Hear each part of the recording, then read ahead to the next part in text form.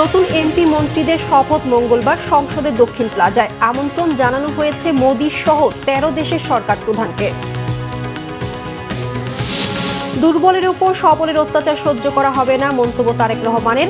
Doctor Shafiq ও নাহিদের সঙ্গে আজ দেখা করবেন বিএনপির চেয়ারম্যান। ৬,০০০ কোটি টাকার ম্যাচ আজ, সব শঙ্কা কাটিয়ে টি-20 বিশ্বকাপে মুখোমুখি ভারত পাকিস্তান।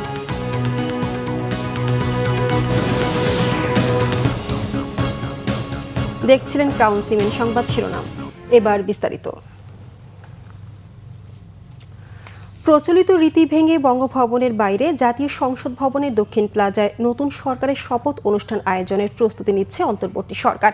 এদিকে নতুন সরকারের শপথ অনুষ্ঠানে চীন, ভারত, পাকিস্তান সহ ১৩ দেশের সরকার প্রধানকে আমন্ত্রণ জানানো হয়েছে। মঙ্গলবার বিকেলে সংসদের দক্ষিণ প্লাজায় তারেক রহমানের নেতৃত্বে বিএনপির নতুন মন্ত্রিসভা শপথ নেবে। এর আগে একই দিন সকালে একই স্থানে নির্বাচিত সংসদ সদস্যের শপথ গ্রহণ অনুষ্ঠিত হবে। এবার সংবিধানের বিধান অনুযায়ী শপথ বাক্য পাঠ করাবেন প্রধান নির্বাচন কমিশনার এএমএম নাসির উদ্দিন। জাতীয় সংসদ নির্বাচনের দুদিন পর শনিবার থেকেই এই আয়োজন শুরু করেছে মন্ত্রিপরিষদ বিভাগ ও সংসদ সচিবালয়। সাধারণত বঙ্গভবনের রাষ্ট্রপতি নতুন সরকার প্রধান ও মন্ত্রিপরিষদের শপথ পাঠ করালেও এবার স্থান পরিবর্তনের মাধ্যমে সেই রীতির ব্যতিক্রম ঘটতে যাচ্ছে।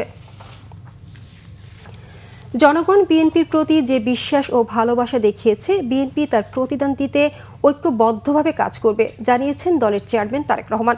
বলেছেন, দুর্বলের উপর সবলের অত্যাচার সহ্য করা হবে না। শনিবার বিকেলে রাজধানীর একটি হোটেলে ত্রয়োদশ জাতীয় সংসদ নির্বাচন পরবর্তী বিএনপির সংবাদ সম্মেলনে এসব মন্তব্য করেন তারেক রহমান।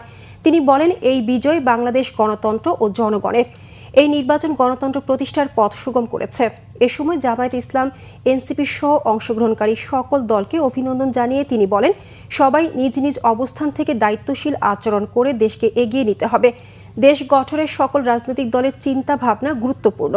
৩১ দফা, নির্বাচনী ইশতেহার ও নোট অব ডিসেন্ট সহ স্বাক্ষর করা জুলাই সনদ বাস্তবায়নে বিএনপি প্রতিশ্রুতিবদ্ধ বলে মন্তব্য করেন তারেক রহমান। এ সময় নেতাকর্মীদের যে কোনো মূল্যে শান্তি শৃঙ্খলা বজায় রাখার আহ্বান জানান বিএনপি চেয়ারম্যান। হতাহত হয়েছেন দেশের গণতান্ত্রিকামী জনগণ আপনাদের ভূমিকাকে গভীর শ্রদ্ধার সঙ্গে স্মরণ করবে ইনশাআল্লাহ। প্রিয় দেশবাসী, জনগণের রায় পেলে বিএনপি রাষ্ট্র মেরামতের রূপরেখা উপস্থাপন করেছিল। অন্যান্য গণতান্ত্রিক দল এবং সারা দেশের জনগণের সঙ্গে মত বিনিময়ের মাধ্যমে ৩১ দফা প্রণয়ন করেছিল। ৩১ দফার আলোকে ঘোষণা করা হয়েছে দলীয় ইশতেহার। একই সঙ্গে কয়েকটি বিষয়ে নোট অব ডিসেন্ট দিয়ে বিএনপি জুলাই সনদেও স্বাক্ষর করেছে। আমরা জনগণের কাছে প্রতিশ্রুতিবদ্ধ, প্রত্যাশিত প্রতিটি অঙ্গীকার পর্যায়ক্রমিকভাবে বাস্তবায়ন করব ইনশাআল্লাহ। বিএনপির চেয়ারম্যান তারেক রহমান আজ জামায়াত ইসলামী আমির ও এনসিপি আহ্বায়ক নাহিদ ইসলামের সঙ্গে দেখা করবেন। তারেক রহমান আজ সন্ধ্যায় যাচ্ছেন নির্বাচনী মাঠের প্রতিপক্ষ জামায়াত ইসলামীর আমির ডাক্তার শফিকুর রহমান এবং জাতীয় নাগরিক পার্টি এনসিপির আহ্বায়ক নাহিদ ইসলামের বাসায়। বিএনপি চেয়ারম্যানের প্রেস উইং থেকে গণমাধ্যমকে এ খবর নিশ্চিত করা হয়েছে। তারা বলেন, আজ সন্ধ্যা ৭টায় তারেক রহমান জামায়াতের আমিরের বাসায় যাবেন, এরপর ৮টায় যাবেন নাহিদ ইসলামের বাসায়। জুলাই গণ অভ্যুত্থানে রাজধানীর রামপুরায় ভবনের কার্নিশে ঝুলে থাকা তরুণ আমির হোসেনকে গুলি এবং দুজনকে হত্যা মামলায় ডিএমপির সাবেক কমিশনার হাবিবুর রহমান সহ ৫ আসামির বিরুদ্ধে করা মানবতাবিরোধী অপরাধের মামলায় রায় কবে তা জানা যাবে আজ। আন্তর্জাতিক অপরাধ ট্রাইব্যুনাল ১-এর চেয়ারম্যান বিচারপতি মোহাম্মদ গোলাম মোর্তজা মজুমদারের নেতৃত্বাধীন ৩ সদস্যের বিচারক প্যানেল এ তারিখ নির্ধারণ করবেন। এ মামলায় গ্রেপ্তার রয়েছেন রামপুরা পুলিশ ফাঁড়ির তৎকালীন এএসআই চঞ্চল চন্দ্র সরকার। হাবিব সহ বাকিরা পলাতক আছেন। এর আগে এ মামলায় ডিএমপির সাবেক কমিশনার সহ রাষ্ট্র ও আসামি পক্ষের যুক্তিতর্ক উপস্থাপন শেষ হয়েছে। আজ ট্রাইব্যুনালে আসামি পক্ষের আইনজীবী যুক্তি উপস্থাপন করবেন।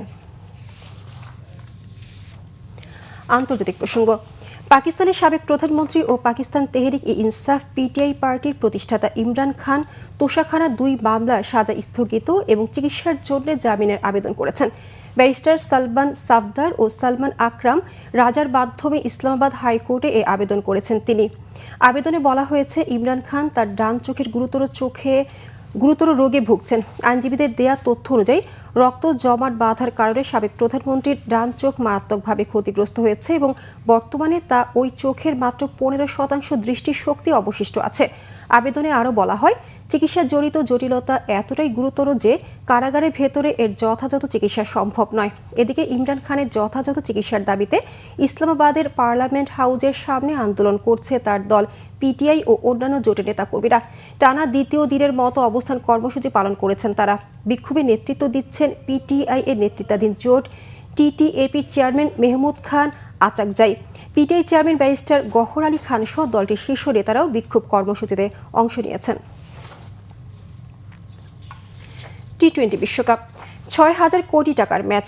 আইসিসি টি-20 বিশ্বকাপে সব শঙ্কা কাটিয়ে আজ মুখোমুখি দুই চির প্রতিদ্বন্দ্বী ভারত ও পাকিস্তান। কলম্বোর প্রেমাদাসা স্টেডিয়ামে বাংলাদেশ সময় সন্ধ্যা 7:30টায় মাঠে গড়াবে আসরের সবচেয়ে হাই ভোল্টেজ ম্যাচটি।